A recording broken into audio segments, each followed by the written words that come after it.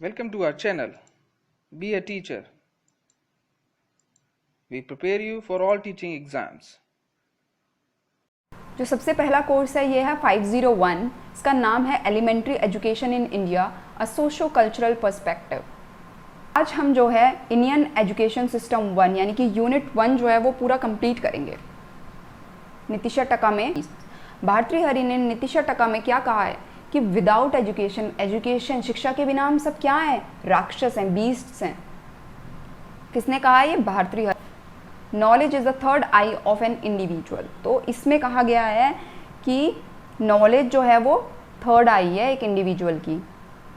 स्नेह monitorial system is a contribution of ancient Indian education system to induct peoples either son of the teacher or older senior ablers to abler students as teachers. So basically स्नेह monitorial system क्या था? Teacher का बेटा है या फिर जो उसका सबसे बड़ा जो सबसे पुराना जो शिष्य है वही क्या बनेगा, वो उसकी नॉलेज को और बढ़ाएगा, उसको और आगे और लोगों के पास ऑन करेगा। During Manuj period when चतुर्वर्ण became social order, anyone born Brahmin become guru whether scholarly or not. So Manu के पीरियड में क्या होता था? चतुर्वर्ण्य का निर्माण हुआ। मतलब चतुर्वर्ण्य क्या था? बेसिकली जो 4 कास्ट में डिवाइड कर दिया गया था, 4 लेवल्स में कास्ट को डिवाइड कर दिया गया था, वही चतुर्वर्ण्य। उस role of the teacher in emerging society. Basically teacher का क्या रोल है हमारी सोसाइटी में? Lorilard's conversation model describes the 4 types of roles with discursive, adaptive, interactive and reflective roles of the teacher. जो conversation model है वो किसने दिया था? Lorilards ने। The origin of the present education system in this country can be found at the beginning of the 19th century. जो हमारा present education system है उसकी शुरुआत 19th century की शुरुआत में ही आपको मिल जाएगी। मतलब 19th century में जो आज हम education system देखते हैं उसकी शुरुआत कब हो गई थी? 19th सेंचुरी की बिगिनिंग में, शुरुआत में। It was through the charter act that a state system of education was officially introduced in Indian history. Charter act बहुत इंपॉर्टेंट एक्ट माना जाता है। Charter of the East Indian company had to be renewed by the British parliament after every 20 years. Charter act को कितनी साल में renew किया जाता था? 20 साल में, हर 20 साल में। When the charter came in for renewal in 1813, अब 1813 में चार्टर का रिन्यू होना था फिर से 20 साल बाद। British Parliament directed the East India Company to set apart a sum of ₹1 lakh every year. अब ब्रिटिश पार्लियामेंट ने क्या डिसाइड किया, क्या डायरेक्ट किया ईस्ट इंडिया कंपनी को कि हर साल 1 लाख रुपए जो है इसके लिए दिए जाएंगे for the revival and promotion of literature and the encouragement of the learn natives of India and for the introduction and promotion of knowledge of the sciences among the inhabitants of the British territories. Basically इन सब चीज़ों के लिए 1-1 लाख रुपए हर साल दिए जाएंगे। Thus, it was the first time that officially financial arrangement was made by the Queen and East India Company was made responsible for education of the natives.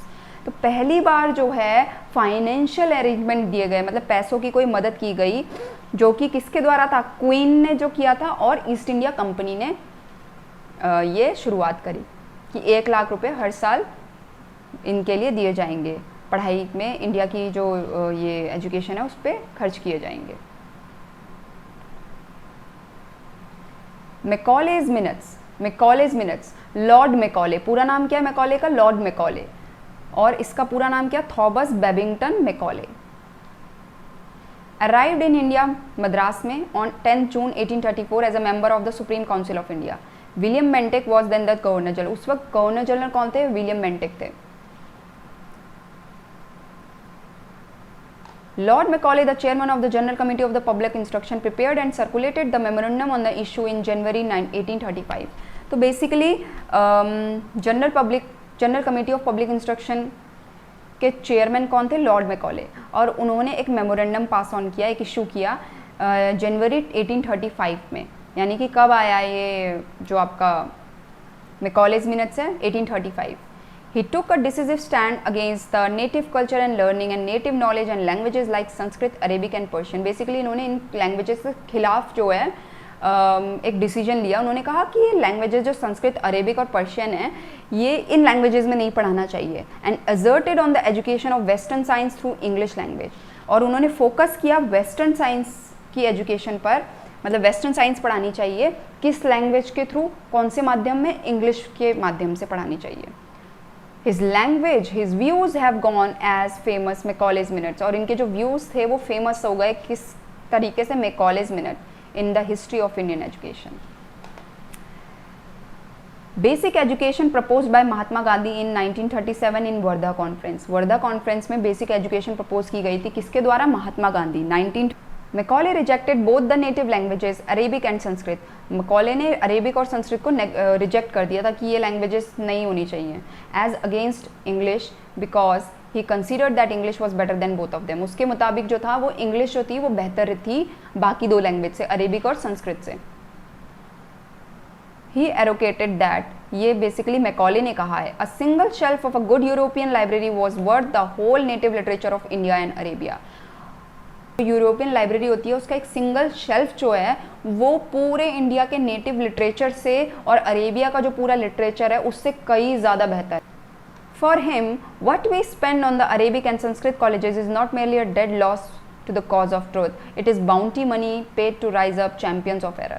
उसके मुताबिक अरेबिक और संस्कृत लैंग्वेजेस में इन कॉलेजेस में कुछ भी खर्चा करना वो Macaulay's minute and policy of the downward filtration theory, और इसको डाउनवर्ड फिल्ट्रेशन थ्योरी भी कहा जाता है। मैकॉलेज मिनट्स को डाउनवर्ड फिल्ट्रेशन थ्योरी क्या थी, it was accepted by Lord Bentinck. मैंने आपको बताया उस वक्त गवर्नर जनरल कौन था, Lord Bentinck. On behalf of the British rule, he passed the orders to accept English language as a medium of instruction for the Indian education system। तो Lord Bentinck ने accept किया था downward filtration theory को, और कहा गया था कि इंग्लिश लैंग्वेज को ही माध्यम बनाया जाएगा इंडियन एजुकेशन सिस्टम का। मतलब इंडियन को एजुकेशन तो मिलेगी पर किस लैंग्वेज में मिलेगी, इंग्लिश लैंग्वेज में मिलेगी। वुड्स डिस्पैच, अब वुड्स डिस्पैच क्या था, Reforms were issued as a charter of education known as Woods Dispatch of 1854। तो कौन से ईयर में आया था वुड्स डिस्पैच, 1854 में। Wood's dispatch is considered to be the Magna Carta of education in India. Wood's dispatch को Magna Carta of education भी कहा जाता है।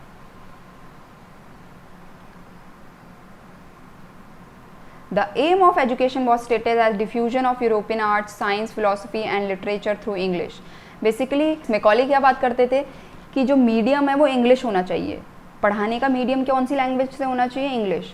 पर इन्होंने बिल्कुल अपोजिट कहा था, इन्होंने कहा था European arts, science, philosophy, literature जो इंग्लिश से लैंग्वेज के थ्रू पढ़ाई जा रही है ये नहीं, इसको हटाओ। Promotion of Indian languages was also to be encourage, और इनके मुताबिक इंडियन लैंग्वेजेस को प्रमोट किया जाना था, प्रमोशन मिलना चाहिए और उन्हें एनकरेज करना चाहिए था। Creation of a class of public servants, ये चाहते थे पब्लिक सर्वेंट्स की एक क्लास क्रिएट हो, was the important objective. For this purpose expansion of mass education was given priority.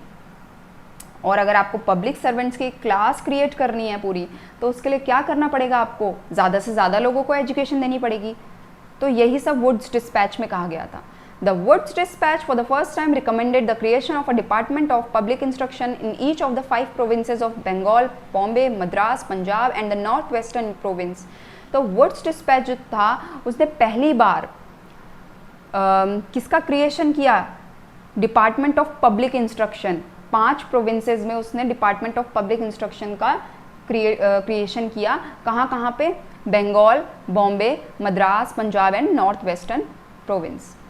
They were to conduct examination, इन प्रोविंसेस का, इन departments का बेसिकली क्या काम था, they were to conduct examination, कि वो एग्जामिनेशन कंडक्ट करें, and offer degrees in various subjects, और अलग अलग सब्जेक्ट्स में और लैंग्वेजेस में लोगों को डिग्रीज प्रोवाइड करें। This led to the establishment of the first 3 universities in 1857, और इस वजह से क्या हुआ, 1857 में पहली 3 यूनिवर्सिटीज़ बनाई गई। कौन कौन सी, कलकत्ता, बॉम्बे एंड मद्रास। यानी कि 1857 में पहली 3 यूनिवर्सिटीज़ बनी थी, कलकत्ता, बॉम्बे, मद्रास। CBM ऐसे याद कर सकते हैं, CBM। Hunter commission, Hunter commission क्या थी, बेसिकली हंटर कमीशन का जो मेन आपसे पूछा जाएगा वो है वोकेशनलाइजेशन ऑफ एजुकेशन, मतलब एजुकेशन का vocationalisation. Hunter commission was appointed in 1882, कब अपॉइंट हुई थी, 1882 में, to examine the implementation of dispatch of 1854। जो वुड्स डिस्पैच था वो कितना अच्छे से इम्प्लीमेंट हुआ है, वो कैसा चल रहा है, वो डिस्पैच का जो के बाद जो चीज़ें हुई थी वो कैसी चल रही हैं, उसको एग्जामिन करने के लिए हंटर कमीशन अपॉइंट हुई थी 1882 में, which tried to streamline school education into two streams of high school, one leading to the university education and other to the commercial, vocational and technical education. अब इसने क्या किया, स्कूल एजुकेशन को दो streams में बांट दिया. क्या क्या थी, एक तो हाई स्कूल जो कि आपको यूनिवर्सिटी एजुकेशन की तरफ ले जाएगा, और एक था commercial, vocational and technical education, उस पर भी फोकस था. First attempt to diversify school curriculum and introduce vocational education, और पहली बार वोकेशनल एजुकेशन इंट्रोड्यूस की गई कि बच्चों को वोकेशनल एजुकेशन प्रोवाइड की जानी चाहिए. ये पहली बार इंट्रोड्यूस हुई Hunter commission. Universities commission, schools under the control of university. तो यूनिवर्सिटीज़ कमीशन से नाम सुन इसी से पता चल जाएगा, schools under the control of university. जो स्कूल्स हैं सारे वो किसी यूनिवर्सिटी के कंट्रोल में होने चाहिए. A new commission was appointed in 1902 to examine the condition and prospects of the universities established in British Raj.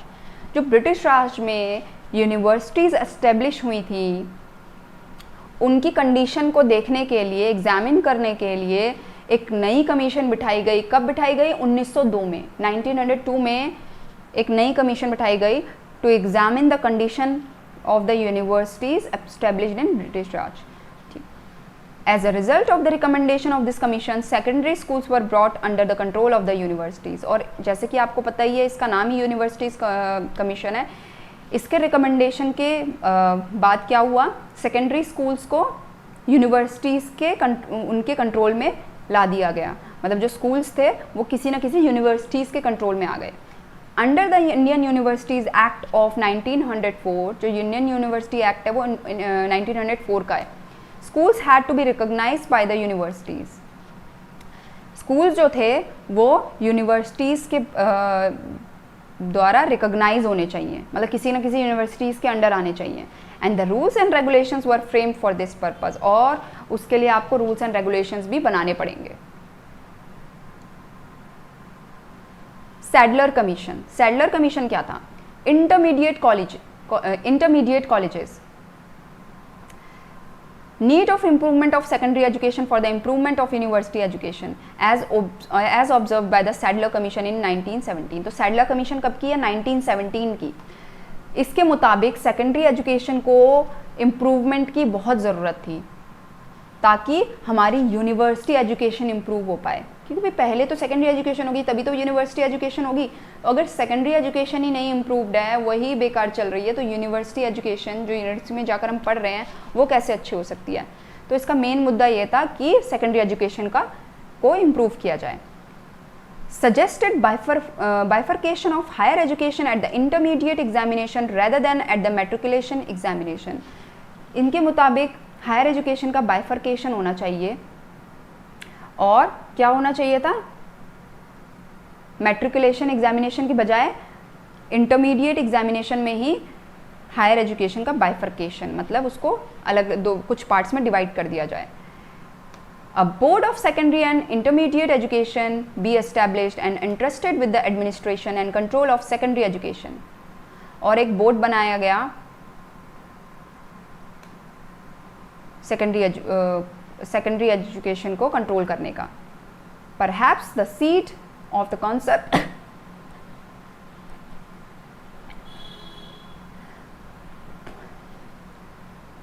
The seed of concept of +2 stage और junior colleges today are laid by the Sadler Commission. तो basically आज जो हम +2 stage देखते हैं, जो +2 होता है वो, और जो जूनियर कॉलेजेस जिनको कहा जाता है, वो किसकी देन है हमें, सैडलर कमीशन. मैंने जैसे कि आपको बताया था सेकेंडरी एजुकेशन पे फोकस थे, Sadler commission. The Hartog committee. Hartog committee किसने दी थी, फिलिप जोसेफ हैटॉग ने. 1929. In 1929, the Hartog Committee appointed to review the position of education. Hartog Committee को अपॉइंट किया गया 1929 में, ताकि एजुकेशन की क्या पोजीशन है हमारी सोसाइटी में उसका पता लगाया जा सके. The committee recommended that a large number of students intending to follow certain vocations should stop at the middle school stage and there should be more diversified curricula in the schools. इस committee के अनुसार काफ़ी सारे बच्चे जो हैं उनको कुछ ना कुछ वोकेशन फॉलो करना चाहिए।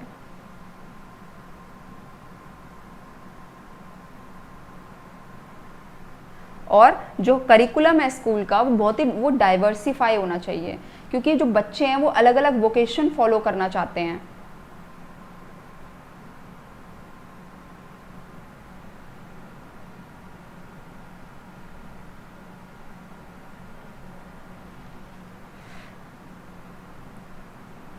उनको मिडिल स्कूल स्टेज पर ही रोक देना चाहिए और उनको वोकेशन प्रोवाइड करनी चाहिए जो कि वो चाहते हैं फॉलो करना, और करिकुलम को और डाइवर्सिफाई करने की मांग हुई। The सेप्रो committee diversified vocational courses, basically इसने भी वोकेशनल कोर्सेज पर फोकस किया था। The SEPRO committee appointed in 1934 by the UP government to inquire into the causes of unemployment. The SEPRO committee appointed in 1934 by the UP government to inquire into the causes of unemployment in UP. Basically UP ने ये जो committee थी, UP Uttar Pradesh ने ये committee appoint की थी 1934 में। क्यों? ताकि जो उस स्टेट में अनएम्प्लॉयमेंट है, बेरोजगारी है, उसका पता लगाया जा सके, उसके कारणों का पता लगाया जा सके, तो इसलिए सप्रू कमेटी बिठाई गई थी। It suggested that diversified courses at the secondary stage should be introduced, one of these leading to the university degree। और इसके मुताबिक भी सेकेंडरी स्टेज में बच्चों को अलग अलग कोर्सेज प्रोवाइड किए जाने चाहिए और वो इंट्रोड्यूस होने चाहिए ताकि वो यूनिवर्सिटी डिग्री तक फिर उसको फॉलो कर सकें। द इंटरमीडिएट स्टेज भी abolished and the secondary stage भी एक्सटेंडेड बाय 1 ईयर। और इनके हिसाब से इंटरमीडिएट स्टेज को हटा देना चाहिए और सेकेंडरी स्टेज को 1 साल और बढ़ा देना चाहिए। The vocational training and education should begin after the lower secondary stage।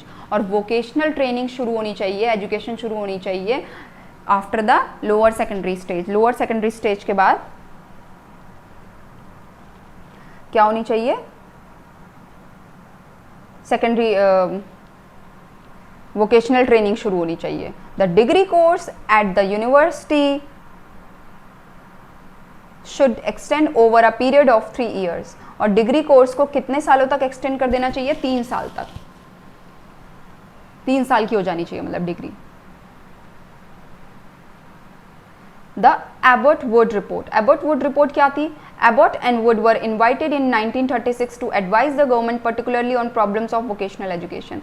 Basically ये रिपोर्ट भी इसी वजह से हुई थी, वोकेशनल एजुकेशन पे फोकस थी।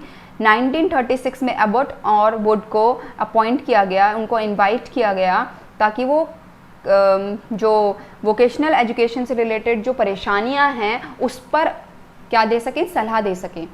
The Abbott Wood report submitted in 1937। और एबॉट वुड रिपोर्ट कब सबमिट की गई? 1937 में। Polytechnic came into existence. Basically ये जानना बहुत ज़रूरी है, पॉलीटेक्निक कब आया एग्जिस्टेंस में? एबॉट वुड रिपोर्ट के बाद में पहली बार कोई पॉलीटेक्निक का इंस्टीट्यूट बनाया गया।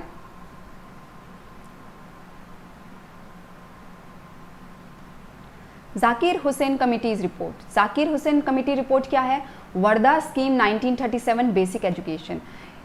जाकिर हुसैन कमिटी रिपोर्ट को वर्धा स्कीम और बेसिक एजुकेशन जिसे कहते हैं, ये कब की है? 1937 की। In 1937 in October 1937 an all India national educational conference was held at Wardha. कहाँ पे हुई ये कॉन्फ्रेंस? वर्धा में। नेशनल एजुकेशन कॉन्फ्रेंस कहाँ हुई थी? वर्धा में। तभी इसको वर्धा स्कीम भी कहा जाता है। And the conference resolved to accept the proposal made by Mahatma Gandhi that, और इन्होंने क्या प्रपोजल मान लिया महात्मा गांधी का? that free and compulsory education be provided for 7 years to mother tongue। 7 साल तक बच्चे को free and compulsory education provide की जाए, वो भी उसकी मदर टंग में। Centre around some form of manual and productive work. Basically basic education हम जानते हैं सभी के सभी, ये मैनुअल और प्रोडक्टिव वर्क पर ज़्यादा फोकस करती थी। A committee under the chairmanship of doctor Zakir Hussain. तो doctor Zakir Hussain committee report बोलते हैं ना इसको, तो उनकी चेयरमैनशिप में ये सब हुआ था। Submitted the first comprehensive national education scheme in its report on December 2, 1937। तो 1937 में ये स्कीम और इसकी रिपोर्ट सबमिट की गई, नोन एज वर्धा स्कीम और बेसिक एजुकेशन, जिसको वर्धा स्कीम और बेसिक एजुकेशन भी कहा जाता है। कब? 2 दिसंबर 1937, 2 दिसंबर 1937।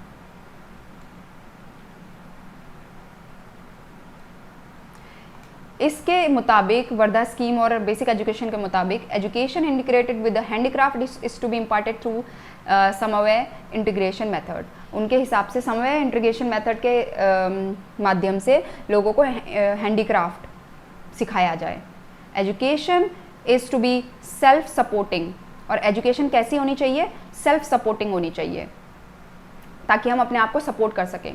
Learn to earn his living through manual work, और अपना लिविंग जो है वो मैनुअल वर्क के थ्रू हम मतलब पैसा कमा सकें, अपने डेली का जो चीज़ें हैं वो कमा सकें, खाने पीने की व्यवस्था कर पाएँ।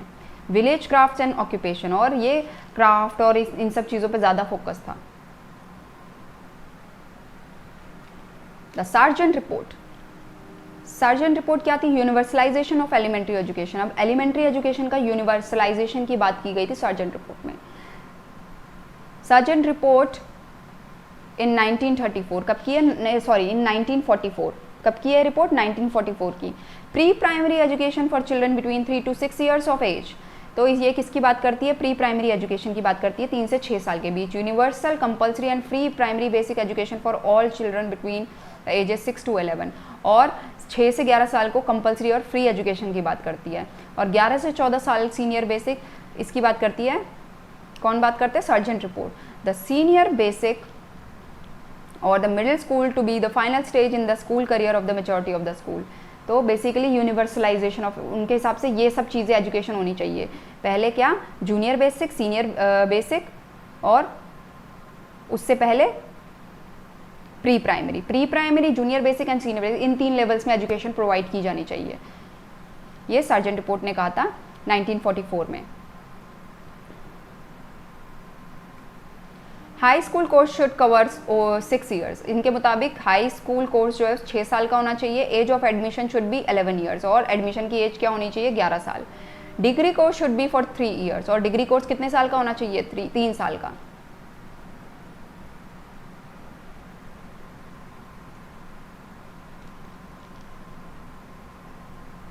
Sergeant report was the first comprehensive scheme covering all stages and aspects of education. ये पहली रिपोर्ट थी जिसने pre primary, primary, high school and university education की साथ में बात की थी, as well as technical and vocational and professional education, और इन सब की भी बात की थी। ये पहली ऐसी रिपोर्ट थी।